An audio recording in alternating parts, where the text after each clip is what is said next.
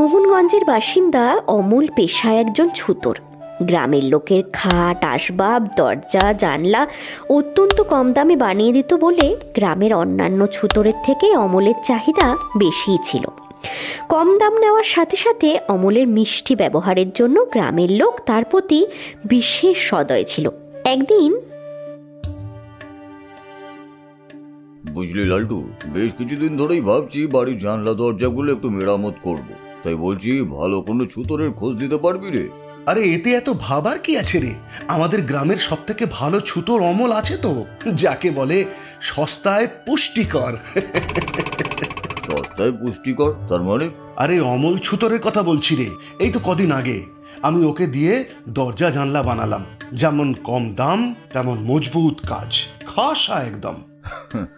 বাহ বাহ বাহ, এরকমই একটা ছুতোর আমি চাইছিলাম জানিস। আমিও তবে তাড়াতাড়ি ওকে দিয়ে ঘরের কাজ করিয়ে নিই।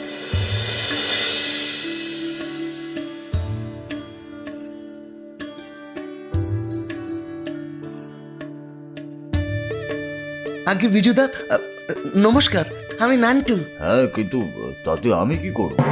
না, আসলে তুমি নাকি ঘরে কাঠের কাজ করাবে বলে মিস্ত্রির খোঁজ করছিলে।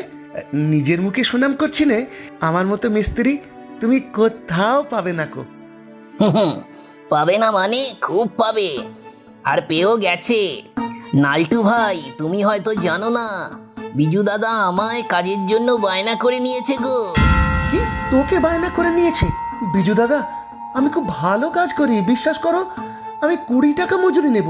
হ্যাঁ, কিন্তু আমি তো 10 টাকা মজুরিতে কাজ করি ভাই, আর বিজু দাদার সাথে সেই কথাও হয়ে গেছে।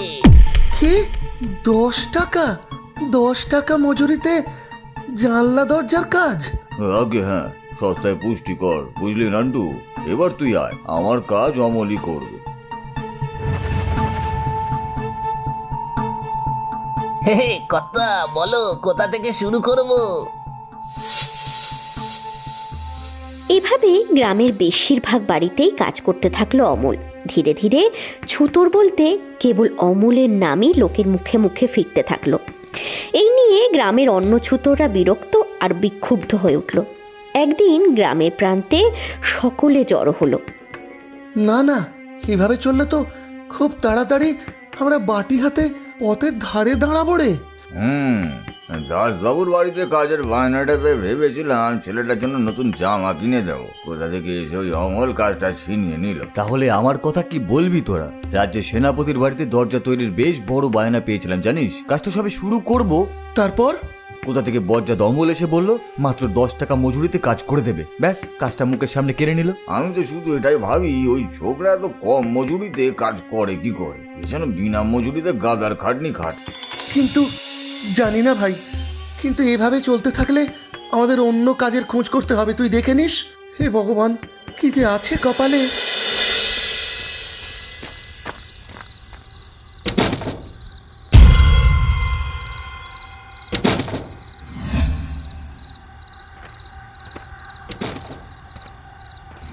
কে কে কে? ওঠো, ওগো ওঠো, কিসের শব্দ হলো?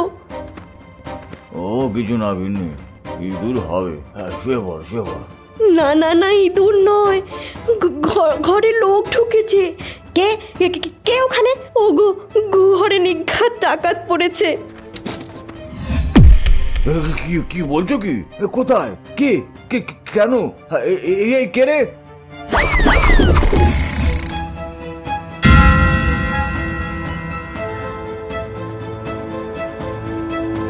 হায় হায় হায়, কি সর্বনাশ হলো গো আমাদের! ডাকাতগুলো সব লুট করে নিয়ে চলে গেল। আলমারি থেকে টাকা, তোমার গয়না, দামি জিনিস সব নিয়ে চলে গেছে। হে ঈশ্বর, এটা কি হলো? এই তো কদিন আগেই নতুন দরজা লাগালে গো, শয়তান ডাকাতগুলো দরজা ভেঙে সব লুট করে নিয়ে চলে গেল। হায় হায় হায়।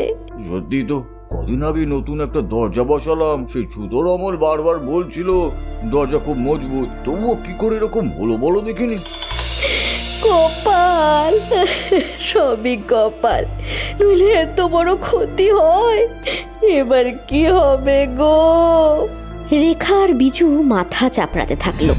এরপরে গ্রামের মধ্যে এরকম ঘটনা প্রায় দিন ঘটতে থাকলো। কখনো দাসের বাড়িতে, কখনো সমাদদারের বাড়িতে, আবার কখনো মোড়লের বাড়িতেও ডাকাতি হয়ে গেল।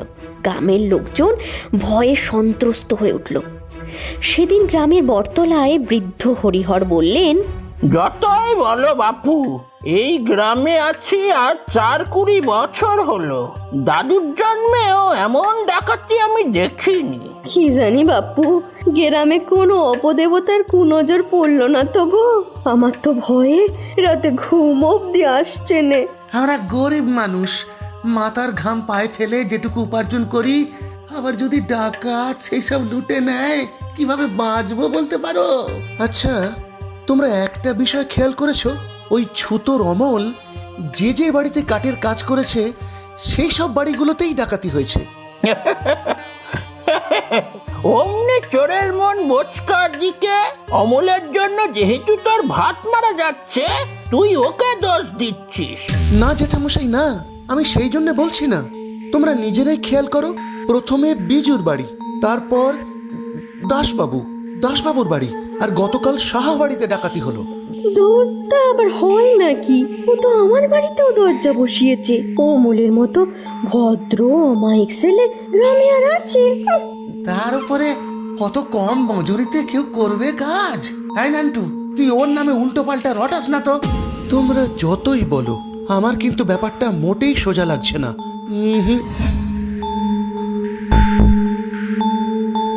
আগে মহারাজ, রাজ্যে এক নতুন সমস্যা সৃষ্টি হয়েছে।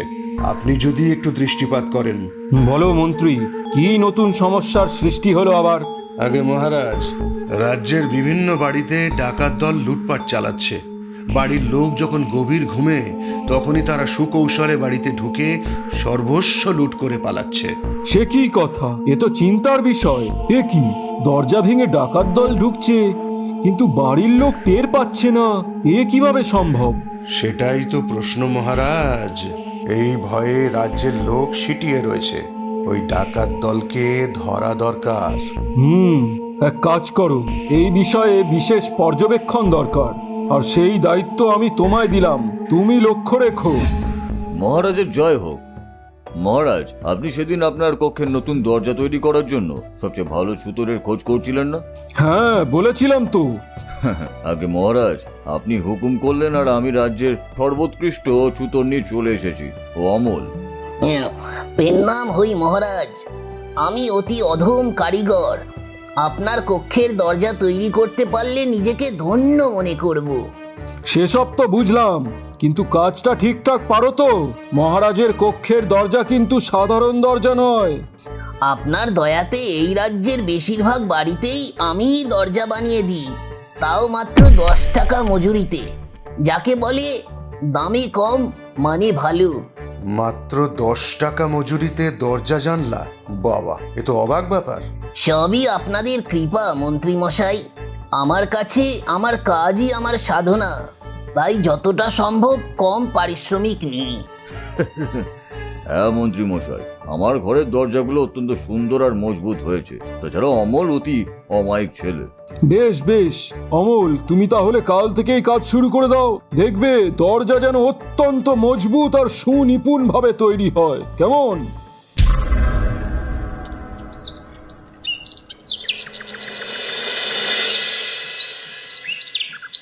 অমল মহানন্দে পরদিন থেকেই কাজ শুরু করে দিল। কয়দিন পরেই সেনাপতির বাড়িতে ডাকাতির খবর শোনা গেল, আর মন্ত্রীও বেশ উদ্বিগ্ন হয়ে পড়লেন। সেই দিন তিনি রাজবাড়ির প্রাঙ্গণে উদ্বিগ্ন হয়ে পায়চারি করছিলেন। তখনই সেখানে নান্টু এসে উপস্থিত হলো। পেন্নাম হয় মন্ত্রীমশাই, যদি অনুমতি হয়, আপনার সাথে একটা গুরুত্বপূর্ণ কথা বলতে চাই। কিন্তু তুই কে বলতো? তোকে তো ঠিক চিনতে পারলাম না। আপনি আমায় চিনবেন না মন্ত্রীমশাই, আমি এই রাজ্যের এক সাধারণ ছুতোর। কিন্তু যে কথাটা আপনাকে আমি জানাবো, সেটা মোটেই সাধারণ নয়। আরে কথাটা কি? খোলসা করে বল না তাড়াতাড়ি। মন্ত্রীমশাই, আমি জানি আপনি রাজ্যের ডাকাতির বিষয়টি পর্যবেক্ষণ করছেন, তাই বলছি, রাজপ্রাসাদের যে ছুতোর মহারাজের কক্ষের দরজা তৈরি করছে, তার ওপর লক্ষ্য রাখুন। কি? ছুতোর অমলের ওপরে? ডাকাতির সঙ্গে ওর কি সম্পর্ক? কি বলছিস কি? স্পষ্ট করে বলবি আমায়। সম্পর্ক ডাকাতির সঙ্গে নয়, ডাকাতের সঙ্গে। রাজ্যে যে সকল বাড়িতে ডাকাতি হয়েছে সেই সকল বাড়িতে কিছুদিন আগেই অমল দরজা লাগিয়েছে। তুই কি বলছিস তুই জানিস? তোর কথা যদি মিথ্যে হয় তোর কড়া শাস্তি হবে। শাস্তি তো কবে থেকেই ভোগ করছি মন্ত্রীমশাই, ওই অমলের জন্যে। কম মজুরিতে কাজ করছে বলে আমাদের আজকে কাজ নেই। বিশ্বাস করুন মন্ত্রীমশাই, ও সুবিধের নয়।